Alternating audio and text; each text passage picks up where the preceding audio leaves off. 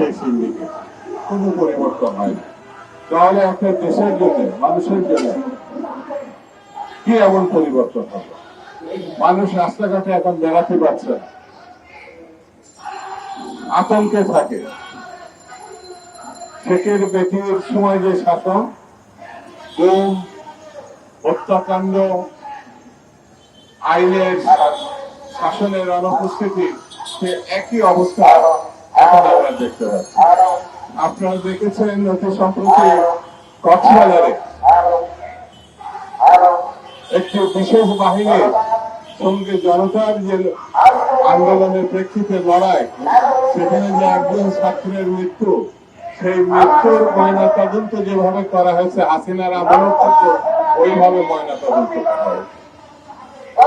ঘরের মধ্যে মানুষ মারা যাচ্ছে, রাস্তায় মানুষ মারা যাচ্ছে। যদি একটি সরকার থাকতো তাহলে বোঝা যেত, গণতান্ত্রিক নির্বাচিত সরকার থাকতো তাহলে এর উপযুক্ত একটি অবস্থা দাঁড়াতো।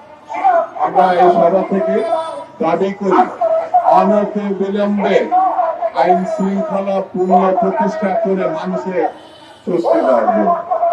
আমরা নির্বাচনের কথা বলেছি, জাতীয় সংসদের নির্বাচনের কথা বলছি। কারণ হচ্ছে স্থানীয় সংসদের নির্বাচন করার জন্য ইলিয়াস আলী গুম হয় না, স্থানীয় সরকারের নির্বাচনের করার জন্য গণ অভ্যুত্থান হয় না, স্থানীয় সরকারের নির্বাচনের জন্য 17 বছর আন্দোলন করা হয় না, 60 লক্ষ মামলা হয় না। এটা বুঝতে হবে সরকারকে।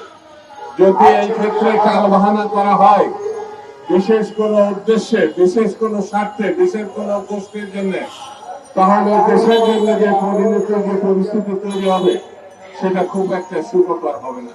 আমি এইদিকে সরকারের দৃষ্টি আকর্ষণ করব, বাস্তবচিত দৃষ্টিভঙ্গি দিয়ে নির্বাচন সম্বন্ধে সিদ্ধান্ত নেওয়া।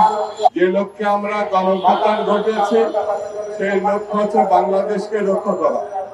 জনাব তারেক রহমান বলেছেন প্রথমেই বাংলাদেশ, শহীদ জিয়া রহমান বলেছেন জীবন বাংলাদেশ, মরণ বাংলাদেশ। এই বাংলাদেশ প্রশ্নে কোন কারোর সঙ্গে, কোন দেশের সঙ্গে আপোষ নাই। বাংলাদেশে আমাদের শুরু, বাংলাদেশে আমাদের শেষ। সেই জন্য বন্ধুরা, সীমান্তে প্রতিদিন মানুষ মারা যাচ্ছে, নির্বিচারে তাদের উপর আক্রমণ করা হচ্ছে, সরকারের কোনো উদ্যোগ নেই। আমি বলি, আমি সবাইকে আহ্বান জানাই, বন্ধুরা, দেশ জাতি জনগণকে রক্ষা করার জন্য ঐক্যবদ্ধ হওয়া ছাড়া আর কোনো পথ নেই।